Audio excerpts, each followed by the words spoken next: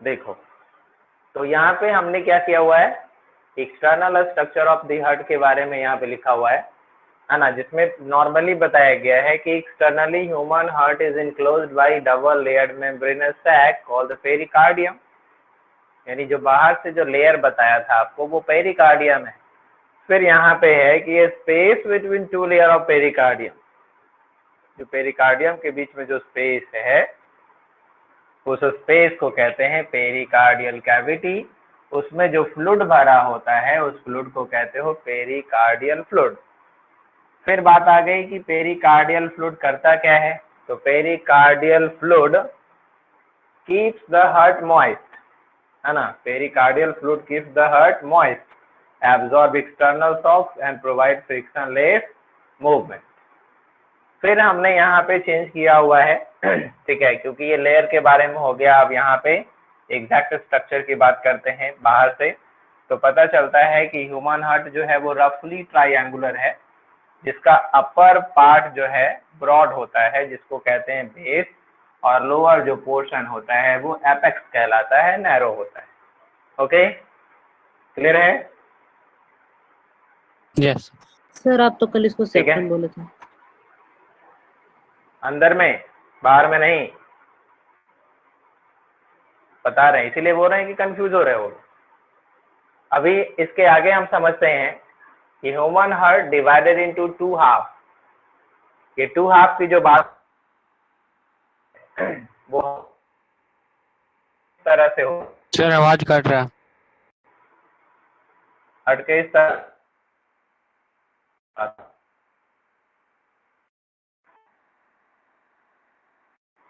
ठीक है, जो हार्ट वो टू हाफ में डिवाइड तरह से। ओके तो यहाँ पे हुआ ह्यूमन हार्ट जो है डिवाइडेड है लेफ्ट हाफ में। अब प्रत्येक जो हाफ है उसका जो अपर पोर्शन है उसमें कंटेन कर रहा है ऑरिकल, यानी ऊपर में ऑरिकल है जो थिन वॉल्ड है, और नीचे में कंटेन करता है वेंट्रिकल जो कि क्या है, थिक वॉल्ड है। ऑरिकल के बारे में बताया गया है कि it is a blood receiving chamber, ये ब्लड रिसीविंग चैम्बर है, और वेंट्रिकल जो है वो क्या करता है, ये पंपिंग चैम्बर है, ब्लड को पंप करता है। ह्यूमन हार्ट के पास 4 चैम्बर हैं, जिसमें से 2 ऑरिकल है, राइट ऑरिकल है, और क्या है, लेफ्ट ऑरिकल है, और क्या है, राइट वेंट्रिकल है, और क्या है, लेफ्ट वेंट्रिकल है। हाँ, एक्सटर्नल अगर बात करें तो ये बाहर से, है ना, बाहर से एक्सटर्नली अगर देखते हैं तो एक्सटर्नली हमको दिखता है ऑरिकल से ऑरिकल के बीच में एक तरह का ऐसा अपीयरेंस आएगा कि बाहर से भी जो है एक ग्रुप दिखेगा, ऐसा लगता है कि they are divided into 4 chamber. तो ऑरिकल से ऑरिकल के बीच में ये जो पार्ट है, not inside, from outer side से ये जो दिखता है ना, ये डीमार्केट करने का मतलब क्या होता है, डिमार्केशन का मतलब क्या होता है, डिमार्केशन का मतलब है कि आपको अपीयर हो रहा है ना। मार्केशन मतलब एक मार्क्ड है, एक मार्क है कि हाँ ऐसा कुछ दिख रहा है उसमें, है ना, ये मार्किंग जैसा दिखता है। तो ये जो मार्किंग है auricle to inter auricular groove, this is the inter auricular groove हो गया। और वेंट्रिकल के बीच में क्या हो जाएगा, तो इंटर वेंट्रिकुलर ग्रूव हो जाएगा। और ऑरिकल से वेंट्रिकल के बीच में ये वाला ऑरिकल ये हो गया, ये पूरा ऑरिकल हो गया, और ये पूरा वेंट्रिकल हो गया। तो ऑरिकल से वेंट्रिकल के बीच में जो डिमार्केशन ऊपर से दिखता है इसको कहते क्या है, ऑरिकुलो वेंट्रिकुलर सल्कस। देखो सल्कस, हम वहां अंदर में जाएंगे तो सेप्टम नाम देते हैं, और या उसको कहते हैं कोरोनरी सल्कस। आए बात समझ में?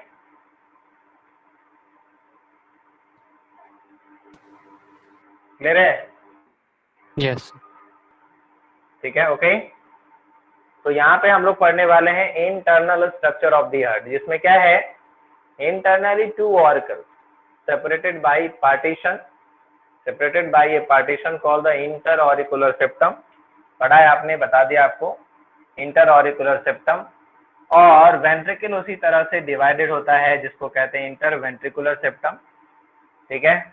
और ऑरिकल और वेंट्रिकल भी एक दूसरे से डिवाइडेड होता है, उस सेप्टम को कहते हैं इंटर, ठीक है, auriculo ventricular septum.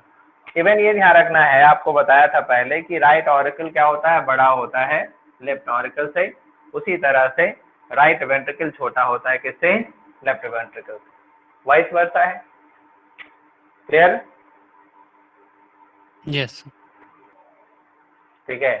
Next external internal structure में हम लोग देखने वाले हैं कि जो हार्ट है, ये जो हार्ट है, ठीक है, इस तरह से आपने बनाया था कल, बनाए थे ना कल, हार्ट इस तरह से बना था ना जी, Yes. ठीक है, इस तरह से ऐसे कर दिया, ऐसे कर दिया, ठीक है, इस तरह से ऐसे कर दिया, ये ऐसे कर लिया, इस प्रकार से, और यहाँ से ऐसे। बहुत आसान है, कोई बड़ा बात नहीं है कि आप इसको कैसे बनाओगे, बहुत आसान तरीके से बन जाता है ये। क्या नॉर्मली बन गया हार्ट, है ना? अब यहाँ से निकालना है इस तरह से, यहाँ से ऐसे ले जाओ, यहाँ से ऐसे करो, यहाँ से ऐसे इधर, और फिर ऐसे नीचे, फिर यहाँ से ऐसे करो, फिर इसको ऐसे लाओ, फिर यहाँ से ऐसे ले जाइए, फिर नीचे की ओर लाइए, और फिर यहाँ से निकालो, बन गया आउट। ठीक है, तो आपको सीखना है यहाँ पे, कल हमें सीखना था, अभी सीखना हमको यही है, इंटरनली जो हार्ट है, इंटरनली जो हार्ट का चैम्बर यहाँ पे है, बड़ा और छोटा कौन है वो आपने देख लिया यहाँ पे, ठीक है। अब हम देखने वाले हैं कि ऑरिकल कहाँ ओपन होता है ना, राइट ऑरिकल कहाँ ओपन होता है और लेफ्ट ऑरिकल कहाँ ओपन होता है और कहाँ पे क्या प्रेजेंट है उसको देखते हैं। ठीक है, याद है ना आपको कहाँ पे कौन ओपन होता है? Yes. ठीक है, चलिए तो यहाँ पे समझते हैं क्या होता है। द राइट ऑरिकल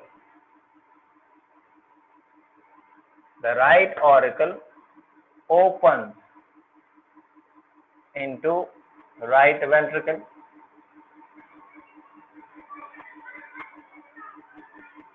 है ना, right auricle opens into right ventricle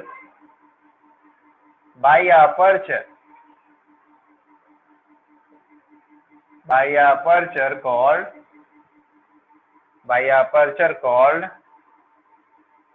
क्या नाम है? Right auriculoventricular aperture. क्या नाम है इसका? Right auriculoventricular aperture, right auriculoventricular aperture, जिसको हम शॉर्ट में क्या बोलते हैं? राइट ऑरिकुलो वेंट्रिकुलर अपर्चर, रावा। ठीक है, ये right auricle opens into right ventricle through aperture. इस अपर्चर को क्या बोलते हैं? Right auriculoventricular aperture. कैसे? तो right is the common, right common, ये भी राइट पार्ट, ये भी राइट पार्ट, दोनों राइट पार्ट में है, तो राइट कॉमन। ऑरिकुलो मतलब ऑरिकल, है ना, अपर्चर एक छिद्र के थ्रू ओपन हो रहा है, कहाँ? वेंट्रिकल में, नाम बन गया। अरे बात समझ में, नाम बन गया। राइट साइड में है, राइट का ही ऑरिकल और राइट का ही वेंट्रिकल एक अपर्चर के थ्रू ओपन हो रहा है, तो राइट ऑरिकुलो वेंट्रिकुलर अपर्चर। आई बात समझ में? Yes, sir. अब देखो, अब यहाँ शॉर्टली करते हैं। रावा is guarded by tricuspid valve, guarded by tricuspid valve. Rava is guarded by tricuspid valve. यहाँ पे पता चल जाएगा कि रावा किससे गाइडेड है? ट्राइकस्पिड वॉल्व से गाइडेड है। चलिए आगे समझते हैं। अब आगे इसमें, अब अगर हम बात करते हैं तो किसकी बात करेंगे? लेफ्ट ऑरिकल की बात करेंगे। ठीक है, तो करते हैं द यहाँ पे क्या होना चाहिए था, द की जगह पे राइट होना चाहिए, है ना। यहाँ पे हो जाएगा left auricle, left auricle opens into left ventricle, opens into left ventricle by a aperture called, नाम बता दो कोई, क्या नाम हो जाएगा इसका? Left auriculoventricular left auricle aperture. Left auriculoventricular aperture, लावा, ठीक है, लावा, यू नो वेरी वेल। ये जो अपर्चर है, ये जो अपर्चर है, इस अपर्चर को कहते हैं लावा। और यहाँ पे कौन सा वाल्व है? लावा is guarded by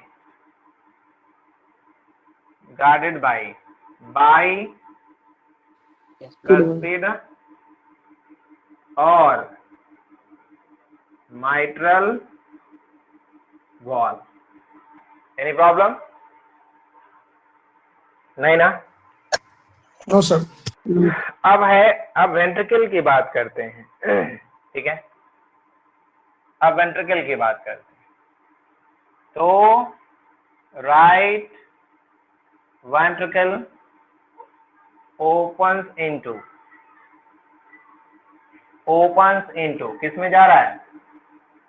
opens into pulmonary artery, है ना, pulmonary artery, and it is guarded by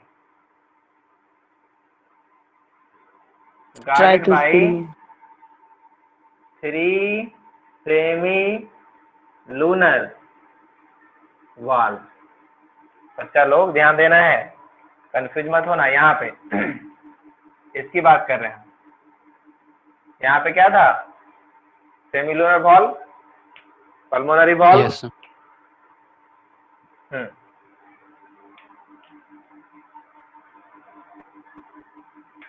pulmonary valve, clear है?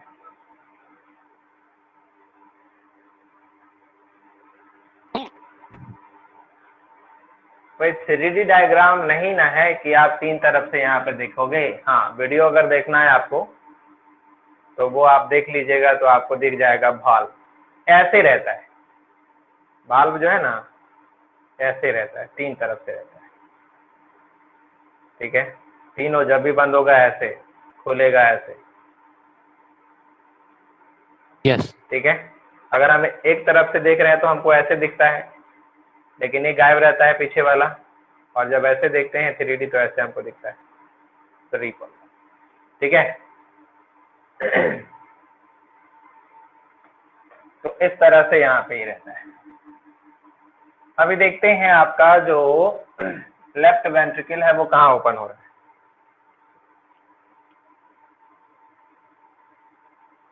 लेफ्ट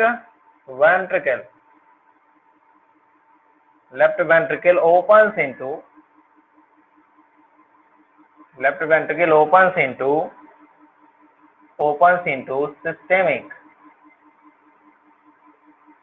into systemic artery और aorta,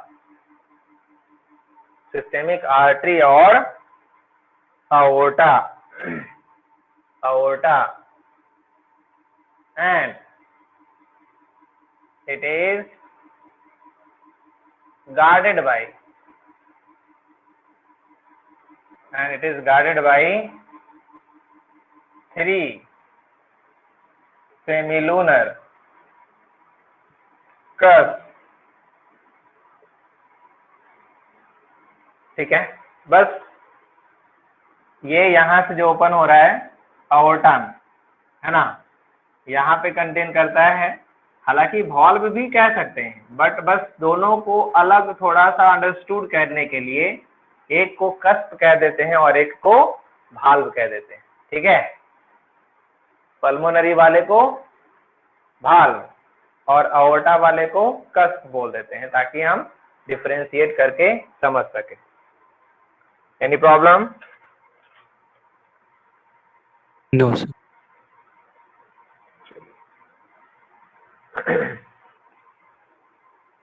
अब आगे थोड़ी सी एक और बात करते हैं। पल्मोनरी वाल्व पल्मोनरी आर्टरी का वाल्व होगा सर। हाँ, पल्मोनरी वॉल्व मतलब पल्मोनरी आर्टरी का वॉल्व। अब ध्यान देना है यहाँ पे,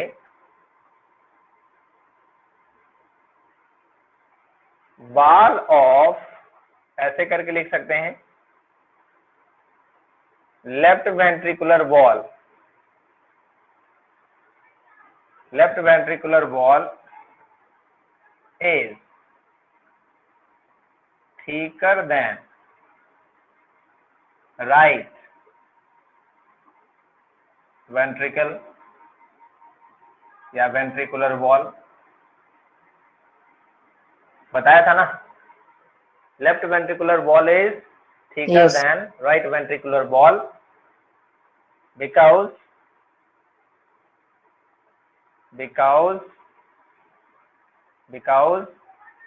it needs a strong contraction